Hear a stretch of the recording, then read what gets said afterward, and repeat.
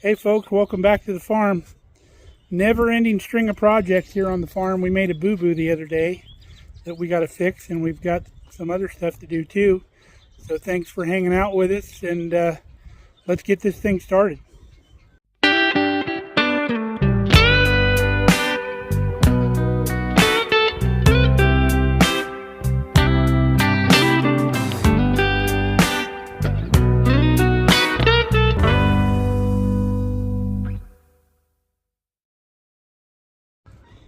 First thing I'm working on today is our sprinkler system supply line. It comes from here in this hydrant. I was unaware that it was this shallow, and we were digging some bulbs out of here about a week or so ago, and I punctured that line, put a nice hole right in it. So we've got to go into town later on anyway, so we'll stop at the hardware store and get something to splice that. And then I got some other stuff already that for a fix we need to do over by the greenhouse. So we had a couple really cold nights here recently where we needed to run a propane heater in the greenhouse to keep everything from freezing, and we ran into a little problem. These old propane fittings that screw into the inside of the propane tank instead of the outside, they have O-ring fittings right here, and the O-rings were cracked and busted and fell off. So we had to get new O-rings. We didn't have them at the time, so I jerry-rigged this one. I took the old fitting out and then put another second regulator on here just to get this thing running. But we need to fix this one. This is supposed to bolt, or actually attach right to the tank. So we'll pull this hose off, put the old fitting back on, and replace all these O-rings. Okay, we got our hose pulled off. We've got our old fitting back on. Everything's put back together. Getting ready to put the O-rings on. This is the size of the O-ring. It's really small. If you're wondering about what size it is, this is a number 8 O-ring, which is 9/16 outside diameter by 3/8 inside diameter O-ring. So we'll get these pulled out, and then they go right here in this little groove. The newer ones don't have an O-ring. They just rely on that taper that seals on the inside of the tank valve, matches that taper, and it seals up tight. So let's get these on. Now, it's a good idea to lubricate these O-rings a little bit before you put them on. You can use some kind of silicone lube or whatever, or you can just do this and slip it on there.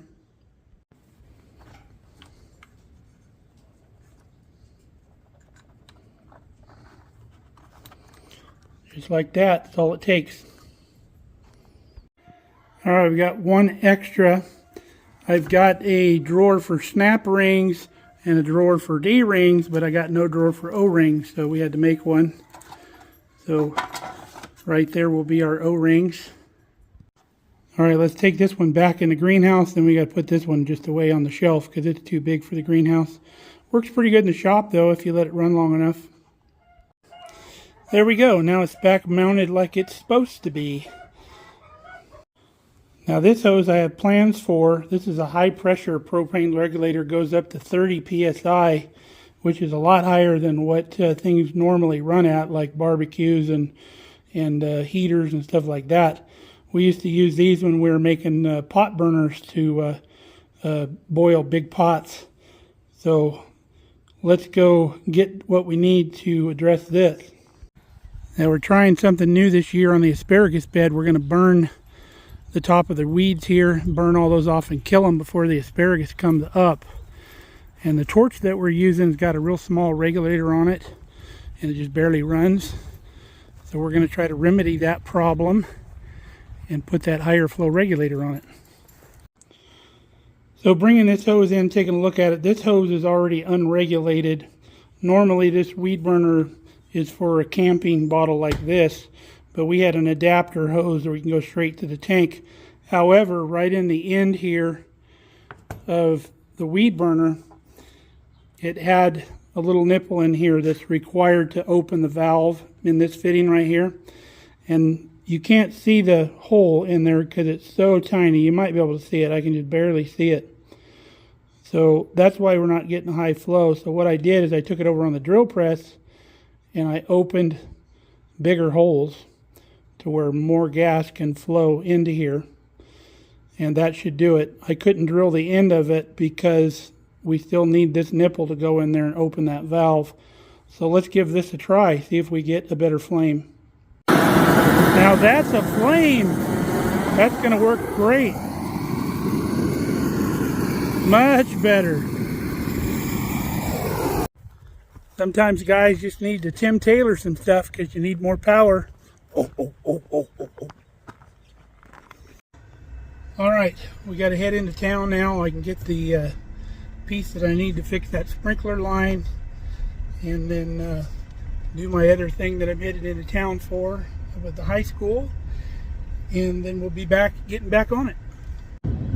Now I was already in town this morning because I needed to get the truck serviced, so I was there doing that, and while I was there they determined that I needed 4 new tires, which I was about due. I've got 46,000 on these original tires, so they went the distance, but they gave me a price on 4 new tires mounted and balanced, $1,200 for 4 tires. I know those days are never going to come back, but I remember when $100 a tire mounted and balanced was a lot. To me it kind of still is, but how do young people survive nowadays with the exorbitant prices that we're having to pay? How do you buy a house? How do you live the American dream in this inflation? It's absolutely terrible. To get by, there has to be 2 people in the house. I don't know how you get around it unless you've got some $100,000 a year paying job. And if you've got that, more power to you. But I don't know how they do it anymore. Well, we're back from town. We've got this big old conglomeration to put together over there to fix our sprinkler line. See that, Ruby? It's plastic. And then we got these crimp-on clips to put on here to hold the hose, and the store lets you borrow the crimper to do that with. I wanted just to go with a coupler with the nipple on both sides. Problem with that, this fits so tight that once I get one side in, I wouldn't be able to shove the other side in because there's no way to tap it or anything like that.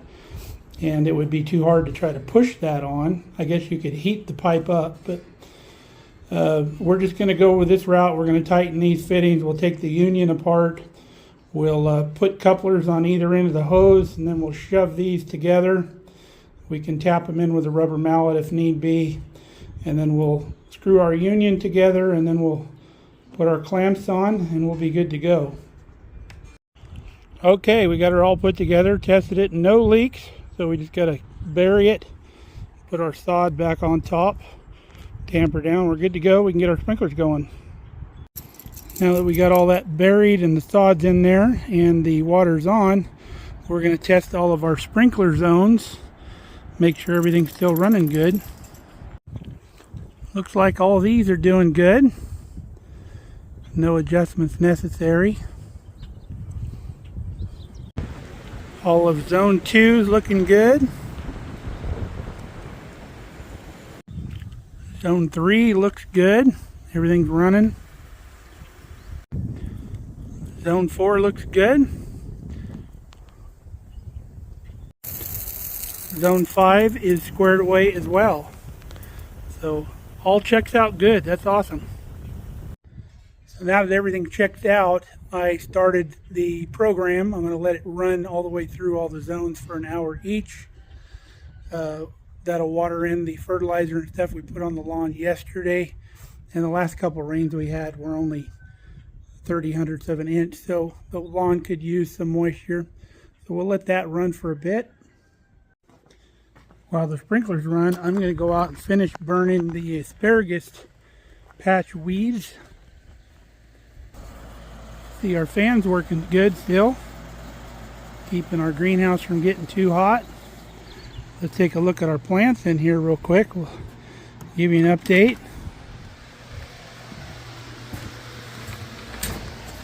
Look at those. The tomatoes are about ready to transplant. Won't be long. Got one little teeny tiny pepper popped up. We're waiting for more of those. That's the hatch pepper. I'm glad it popped up. So we've got all these thinned down to one plant per cup. Got an extra one here we'll pull out. Everything's looking good, right on schedule. Had more of the Bonnie Best tomatoes come up. So that's going to be a lot of tomato plants, folks. We're going to be giving lots away to our friends.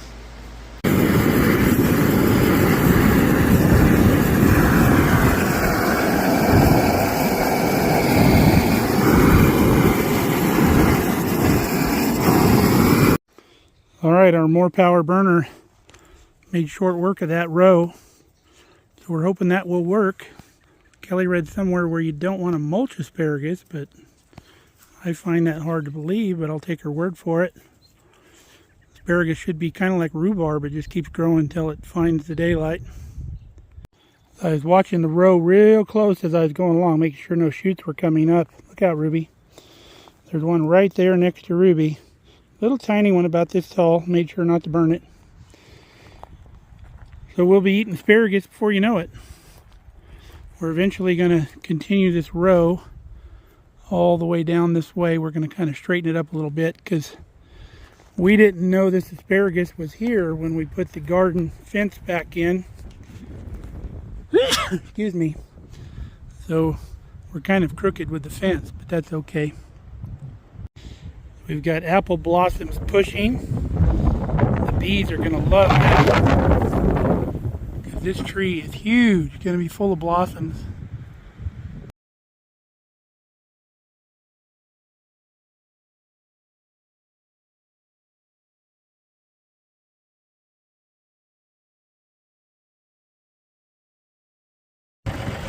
Alright, let's see if we can do this without getting stung. Every time I don't suit up, I get stung. I didn't feel like suiting up this time. I'm allergic to bees, so if I get stung, I'll go in and take a bunch of Benadryl.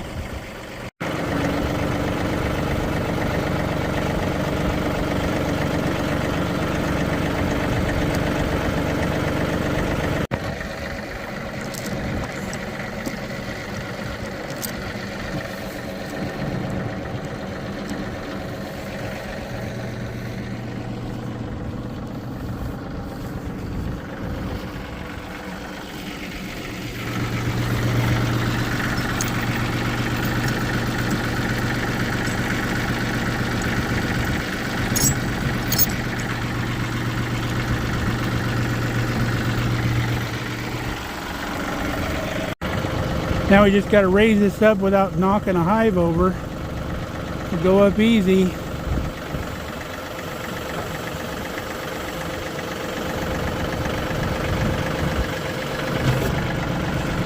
There we go.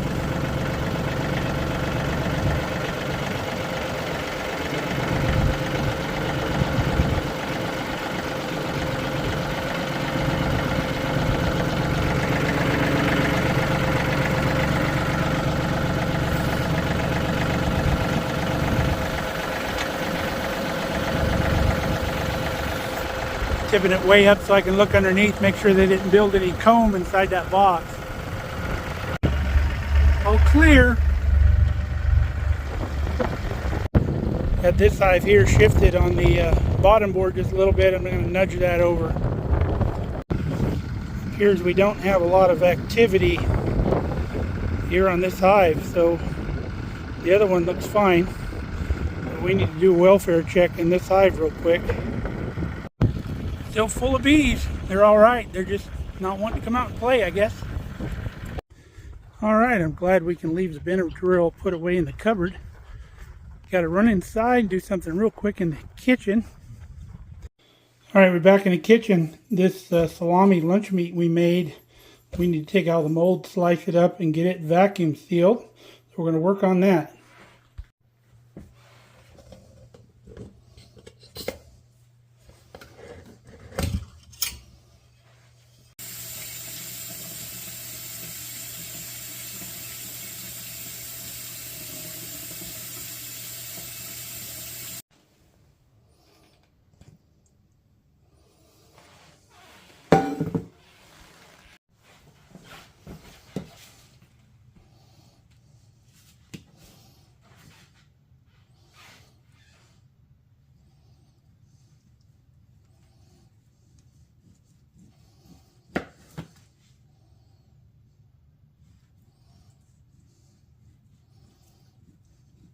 Beautiful salami.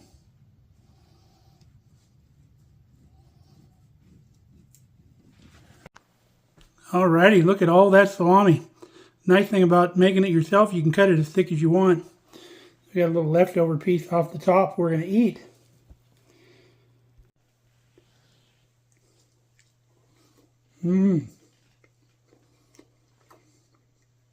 That's really good. I can't wait to make a sandwich out of that. Got 6 bags of that wonderful salami. We're going to get it all vacuum sealed now. Another company you need to check out, folks, is Out of Air for your vacuum sealer bags. They're like a third of the price of Food Saver and the other brand LEM. Check these guys out. Makes it more cost efficient for sealing your stuff up.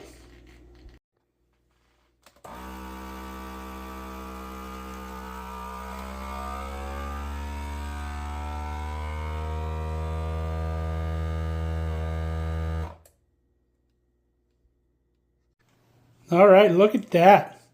2 whole pounds of lunch meat. Go price that in the store where lunch meat is measured in ounces. I think you're going to find you're going to save a lot of money. Get these in the freezer, and then we'll see what we're going to do next. Well, folks, looking at the clock, I got about enough time to unload and load the dishwasher and start figuring out stuff for supper before Kelly gets home. So I think we're going to call it quits on today's video. Hope you enjoyed hanging out with us today. We got quite a bit done. We'll get more done tomorrow. I think we're far enough caught up on the have-to-dos to where we can get on the Farmall Cub next video. So, till next time, stay safe, stay healthy. We love you guys. Come back and see us here at Markelly Farm.